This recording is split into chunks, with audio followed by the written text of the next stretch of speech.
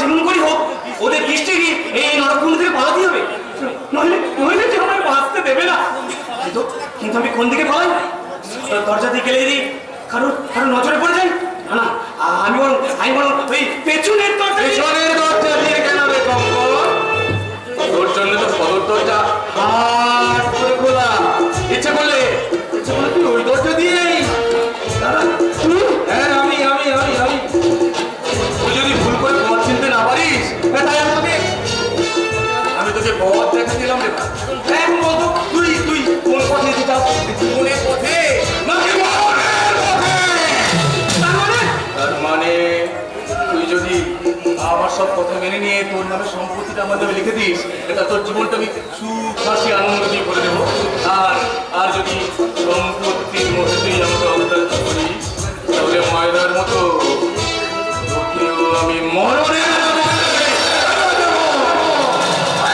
তুমি কেমন করে ভাবলে দাদা যে মৃত্যুর ভয়ে ভীত হয়ে আমি আমার সম্পত্তি তোমার নামে লিখে দিয়ে পথের ভিখারি হয়ে দিন কাটা? ভাই ভিখারি কি বলছিস রে কখন? কিন্তু আমি তোকে আমার চেয়ে অনেক বেশি সুখে রাখবো। আমার ভাই তুই কষ্ট পেলে যে আমিও ভীষণ কষ্ট পাবো। আমার দুঃখে তুমি কষ্ট পাবে যখন তোমার এই হাতের চাবুক নির্মমভাবে আমার পিঠে রক্ত ঝরায়, তখন তোমার কষ্টগুলো কোথায় লুকিয়ে রাখো দাদা? তখন তোমার কষ্টগুলো কোথায় লুকিয়ে রাখো? আমার ময়নাও যে ছিল তোমার বোন, তোমার সেই বোনকে তুমি নিজের হাতে গলা টিপে খুন করেছো। ওই তখন তোমার একটু কষ্ট হয়নি? কি করে হয় কি তখন কর? তখন যে নেশার ঘরে আমি আচ্ছন্ন ছিলাম। মহিমা বেঁচে থাকলে সেই পৈতৃক সম্পত্তির বিরাট একটা অংশ পেয়ে যেত। তাই তো তুমি সম্পূর্ণ সুস্থ মস্তিষ্কে ময়নাকে খুন করেছো। আমাকেও খুন করতে যদি না বাবা আলাদা করে আমার নামে উইল করে যেতে। তখন করিনি রে শয়তান, আজ তোকে আমি সত্যি সত্যি খুন করবো।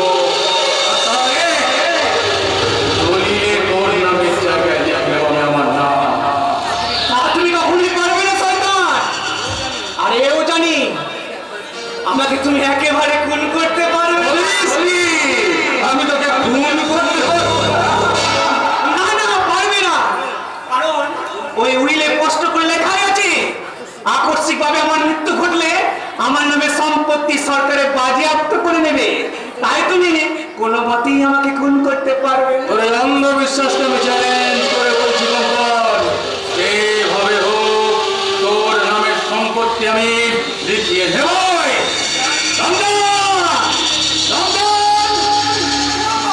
এতক্ষণ কোথায় ছিলি রাখে? পাগলাটা আগুনের কাজ এসে পাগলামি করছে, তোর নাকে তেল দিয়ে ঘুরছে। ওর ঘরের দরজা তো বাইরে থেকে বন্ধই ছিল, তাহলে দরজা খুললো কে? নিশ্চয় দরজা কেউ খুলে দিয়েছে।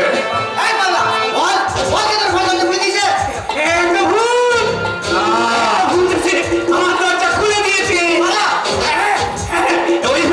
ওই ভূতটা এবারে তোমাদেরকে জমে তোরে পাঠিয়ে দেবে। আর ওই দরজা দিয়ে তোমরা একেবারে জীবনের দক্ষিণ দ্বারে পৌঁছে যাবে।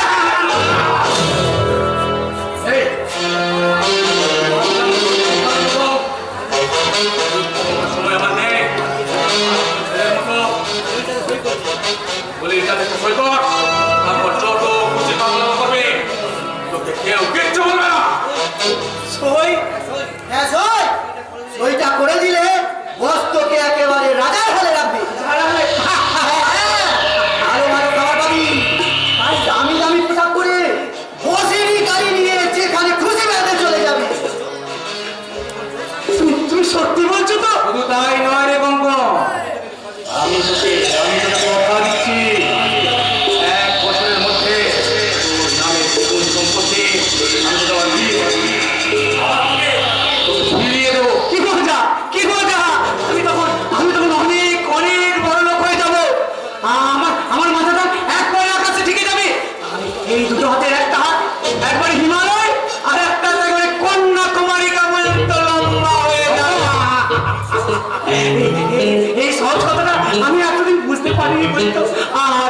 সত্যি। আর আমি মত করবো না দাদা। দাও দাও দাও তোমাদের দলিলে একটা সই করে দিয়ে আমি মস্ত বড় লোক হয়ে আজ আমার কি মনে হচ্ছে জানিস কঙ্কন, এই একই মায়ের পেটে ভাই না হলেও তুই আমার কত আপন, কত আপন। এই নে ভাই নে।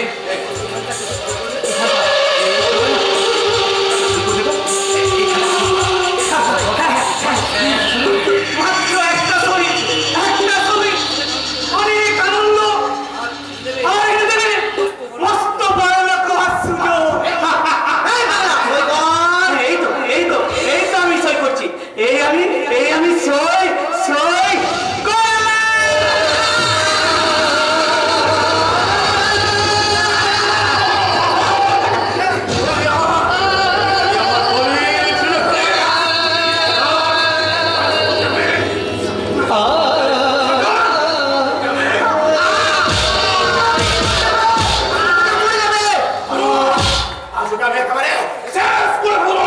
না, এত বড় ভুল আপনি করবেন না।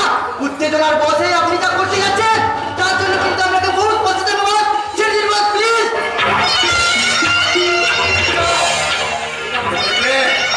দেখলে মাথায় আমার আগুন জ্বলে যাচ্ছে। ওকে নিয়ে যা এখান থেকে। আপনি কিছু ভাববেন না বাবা, আপনাকে আমি এমন শিক্ষা দেবো যা আমার জীবনেও কল্পনা করতে পারবে না। আজ সারাদিন ওকে আমি এই বিষাক্ত ইঞ্জেকশন দিয়ে নরক যন্ত্রণা ভোগ করাবো। আর যতবারই ওই জ্ঞান ফিরবে ততবারই আমি ওর শরীরে পুশ করবো এই বিষাক্ত ইঞ্জেকশন।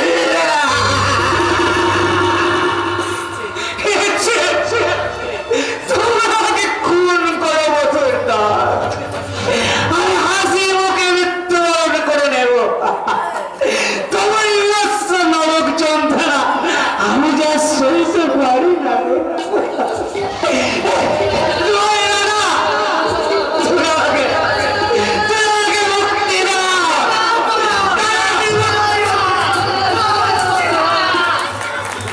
মুক্তি আমি তোকে দেবো রে কঙ্কন। ওরে আমার সাথী বুঝলে, তোকে আমি ময়নার মতো চির মুক্তি দিয়ে দেবো। কিন্তু কিভাবে মিটবে আমার আকাঙ্ক্ষার খিদে? কিভাবে মিটবে?